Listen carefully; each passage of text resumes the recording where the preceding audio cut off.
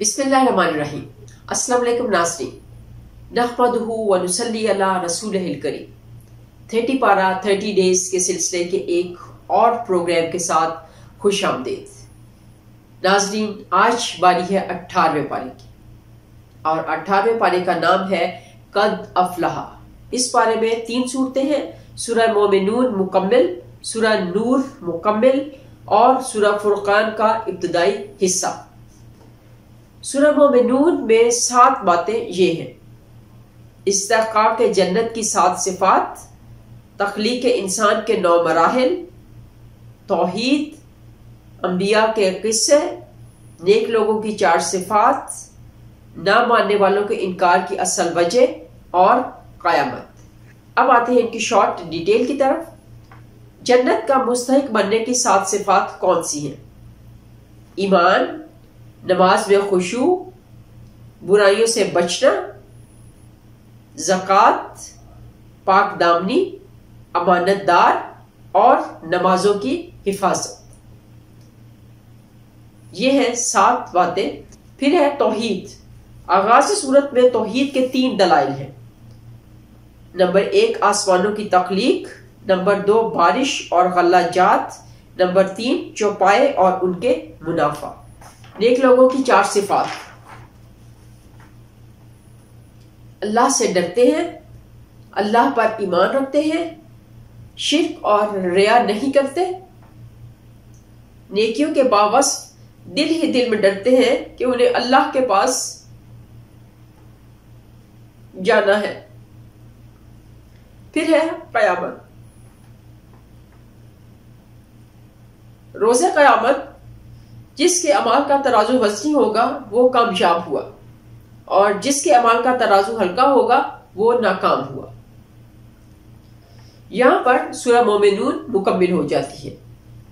अब आते हैं हम सूरह नूर की तरफ। सूरह नूर में 2 बातें हैं। नंबर 1 है 16 अहकाम व आदाब और दूसरा है अहले हक और अहले बातिल की 3 मिसालें। नंबर 1 है 16 अहकाम व आदाब। जैसे जानी और जानिया की सजा 100 कोड़े है, बदकार मर्द और औरत को निकाह के लिए पसंद करना मुसलमानों पर हराम है।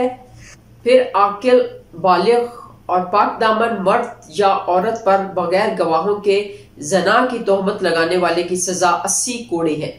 फिर उसके बाद है कि जब सईदा आयशा रजी अल्लाह ताला अन्हा पर बाज़ मुनाफिकीन ने बहतान लगाया जो कि बहुत बड़ा बहतान था और मुसलमानों की रूहानी मां पर लगाया गया था, अल्लाह ताला ने 10 आयात में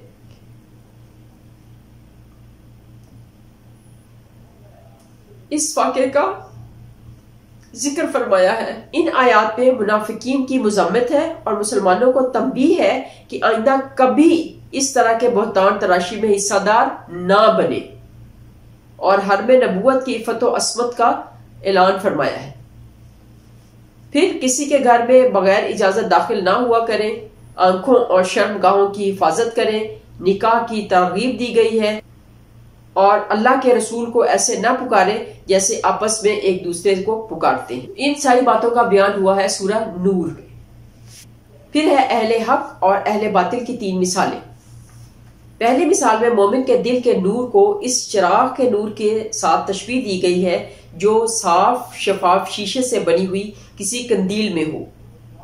इस चिराग में जो तेल इस्तेमाल हुआ वो जैतून के मखसूस दरख्त से हासिल शुदा हो। इस तेल में ऐसी चमक है कि बगैर आग दिखाए ही चमकता दिखाई देता है। यही हाल मोमिन के दिल का है कि वो हसूल इल्म से कब्ल ही हिदायत पर अमल पैरा होता है। फिर जब इल्म आ जाए तो नूर अला नूर की सूरत हो जाती है। दूसरी मिसाल अहले बातिल के अमाल की है जिन्हें वो अच्छा समझते थे। फरमाया कि उनकी मिसाल शराब जैसी है।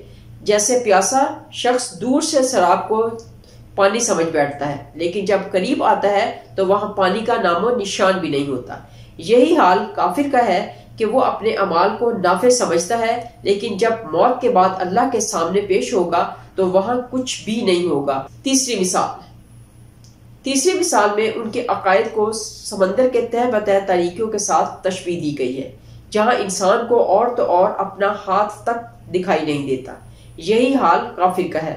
جو کفر اور ضلالت کی تاریکیوں میں سرگرداں رہتا ہے۔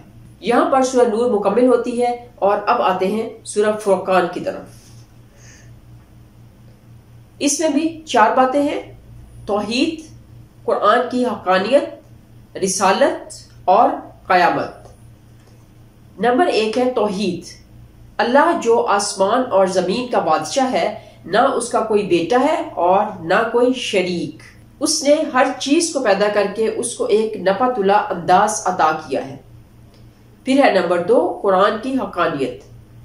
کافروں کی قرآن کے بارے میں 2 قسم کی غلط فہمیاں بیان کی گئی ہیں۔ نمبر 1 وہ کہتے ہیں کہ یہ محمد صلی اللہ علیہ وسلم کا افتراء اور اپنی تخلیق ہے، نعوذ باللہ۔ اور نمبر 2 وہ کہتے ہیں کہ یہ گزشتہ قوموں کے قصے اور کہانیاں ہیں جو انہوں نے لکھوائی ہیں، نعوذ باللہ۔ پھر ہے نمبر 3 رسالت۔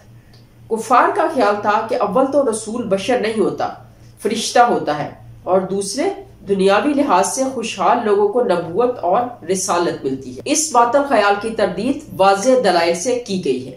اگلا پوائنٹ ہے قیامت۔ روز قیامت کافروں کے معبودان باطلہ سے اللہ تعالیٰ پوچھیں گے کہ کیا تم نے میرے ان بندوں کو بہکایا تھا یا یہ راستہ سے خود ہی بھٹک گئے تھے؟ تو وہ ان کی غفلت کا اقرار کریں گے، پھر ان کافروں کو بڑی بھاری سزا میں مبتلا کر دیا جائے گا۔ وما علینا الا البلاغ۔ یہ تھا 18واں پارہ۔ کل انشاءاللہ ہم بات کریں گے 19ویں پارے کی۔